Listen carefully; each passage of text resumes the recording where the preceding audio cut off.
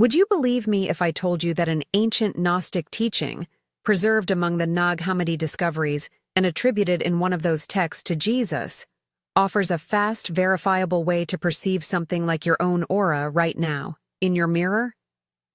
This is not spectacle.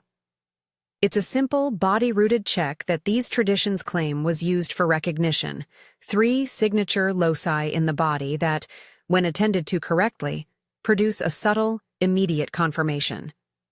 In under a minute, you can test it for yourself. If something moves while you try this, type recognition in the comments. Before we begin, a short, careful frame. The text I mentioned, the Gospel of Philip, comes from a body of writings historians classify as Gnostic or apocryphal. These are not part of the canonical gospel corpus. They are heterodox, contested, and historically marginal. Still, they record practices and metaphors about memory, the origin of consciousness, and methods of recognition that many seekers have found useful as experiential tools. One recurring image in those writings is that the source, the monad, the primordial one, left traces in embodied life, later layers of control, imagined as the demiurge and his archons, cloud ordinary perception. What survives, these teachings say, are 3 subtle bodily signatures: a mark of origin at the base of the skull, a line of perception along the outer hand, and a center of command just above the sternum. Think of them as stamps of recognition, not as mandatory proof written in the heavens, signs to be noticed, not certificates to be demanded. The point is practical. Rather than arguing doctrine, we will offer a mirror exercise that translates those tactile checks into a visual somatic verification you can perform immediately. The mirror simply becomes a tool to steady attention, an honest, neutral witness for your own face and posture. This exercise is designed for quick observation. Experiences vary widely. Some people report faint color shifts or a halo, others sense warmth, pressure, or inner clarity. Many feel nothing and still gain a kind of memory seed, an impression that waits to unfold later. None of this is a guarantee.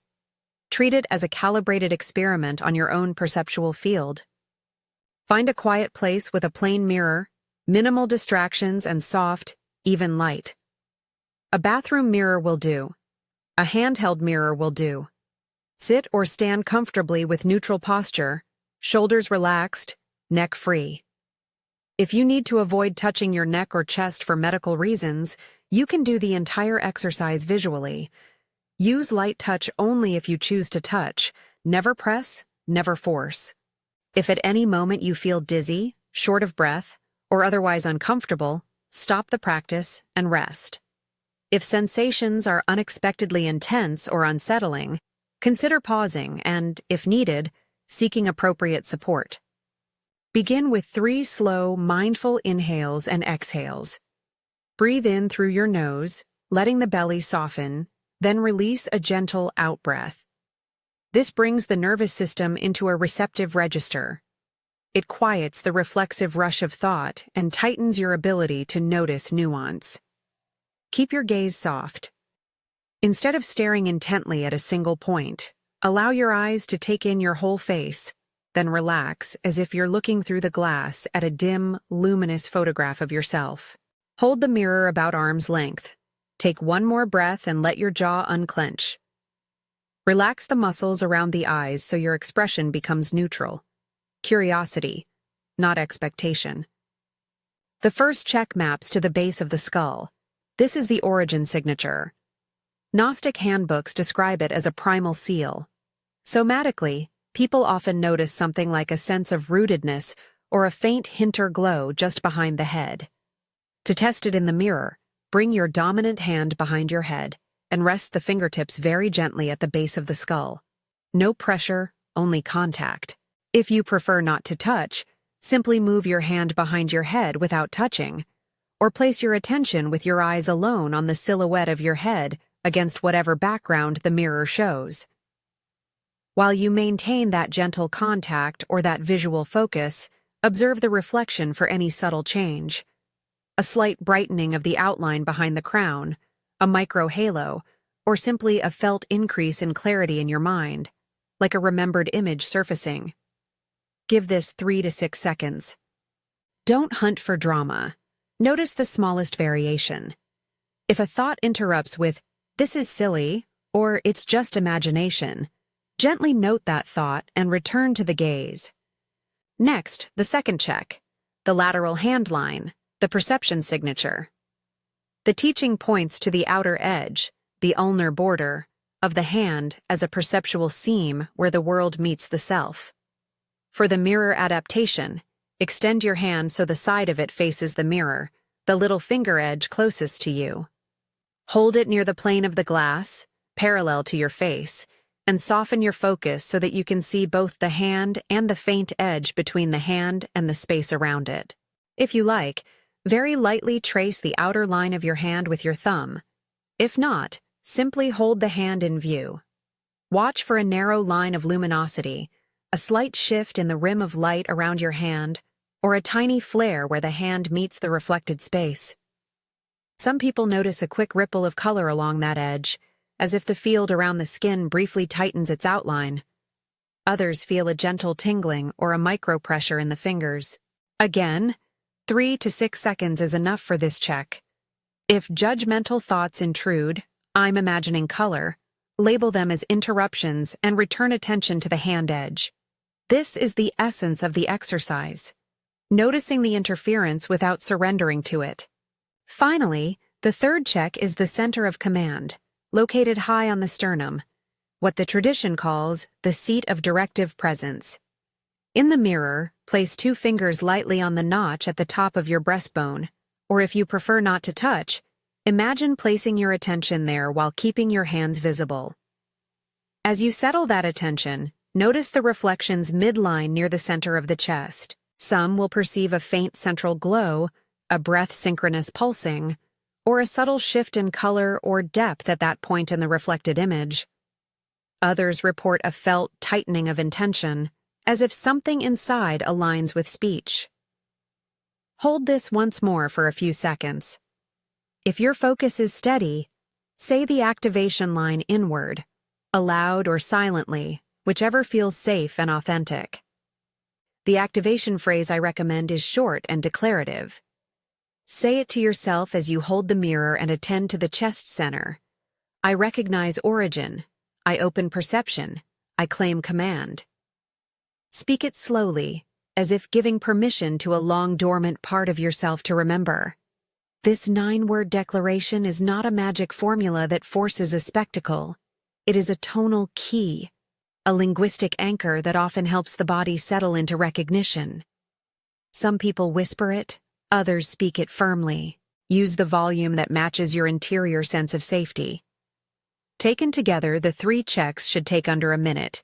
The inhale preparation, 3 seconds at the base of the skull, 3 seconds for the hand edge, 3 seconds for the chest center, then the declaration, well within the promise of seeing in seconds. But remember, while some viewers will report a visible shift in the reflection, a halo, a line, a faint color change, many will experience subtler confirmation, a remembered taste, a sudden clarity, a softening of doubt.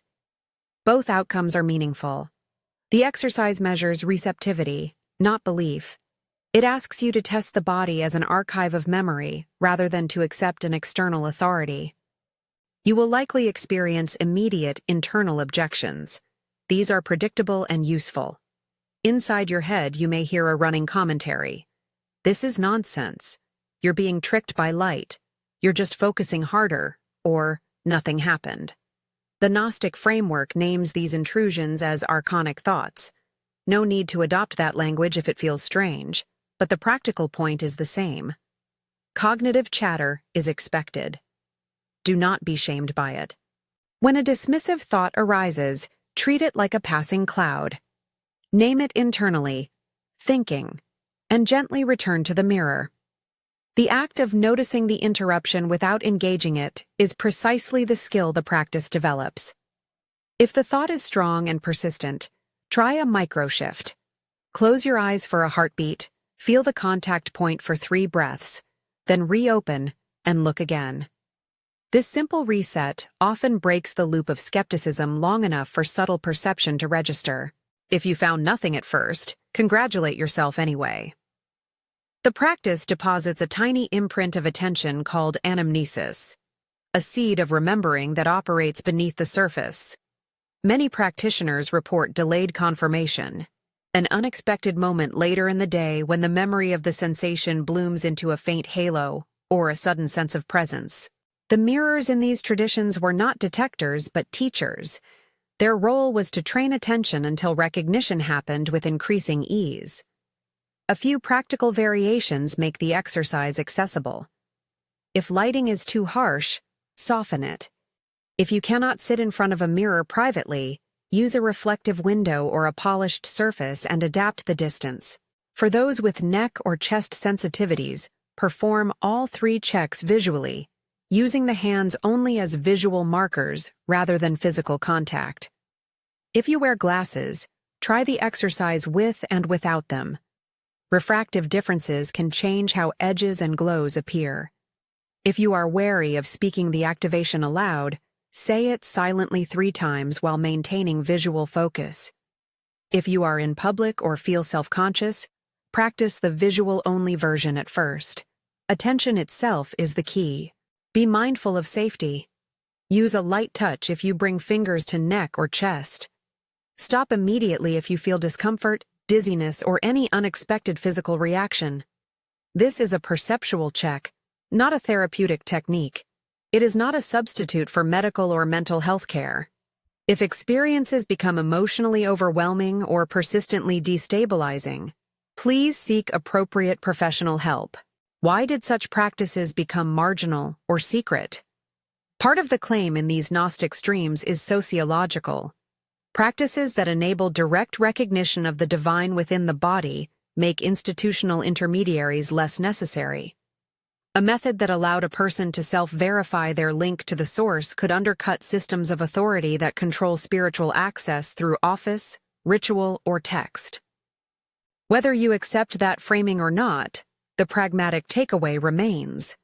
This exercise trains you to taste direct verification rather than depend solely on external testimony. A note on language. When I say aura here, I lean on the everyday meaning, an observable halo of light or the felt boundary of presence around a living form. Scientific debates exist. Some researchers treat aura-like perceptions as neurophysiological phenomena. Others investigate electromagnetic hypotheses, and many psychologists emphasize the role of attention and expectation. For our purposes, the mirror exercise treats the aura as a felt and sometimes visible phenomenon that can be used as a teaching device for attention, memory, and recognition. Expect variability. Honor your experience without demanding that it match another's. If you want to deepen this work beyond the single mirror test, return to the exercise daily for a week, keeping the same time of day if possible. Notice the differences. Are you more likely to perceive something in the morning? Is the hand edge clearer after a day of sunlight? Keep a simple log, date, time, a few words about what you noticed. Over time, patterns emerge, subtle but instructive data about your own perceptual ecology. There are simple ways to reduce interference. Limit screen exposure before practice. Dim lighting softens harsh contrasts that can drown subtle rims of light. Ground the body with a few intentional breaths before you begin. If the voice of doubt is loud, say out loud a single sentence to orient attention. I am testing, not proving. This externalizes the critic long enough for attention to reorient inward. When you come out of the exercise, avoid immediate performance or explanation. Give yourself a few breaths to settle. If something meaningful shifted, perhaps journal a sentence. If nothing shifted, allow curiosity to remain intact rather than frustration. This is how anamnesis weakens the grip of the habitual mind and slowly recalibrates perception. Finally, a few honest cautions about language of history and power. The phrase, "they hid this," simplifies complex historical dynamics. Institutions do sometimes curtail practices and narratives that undermine their authority.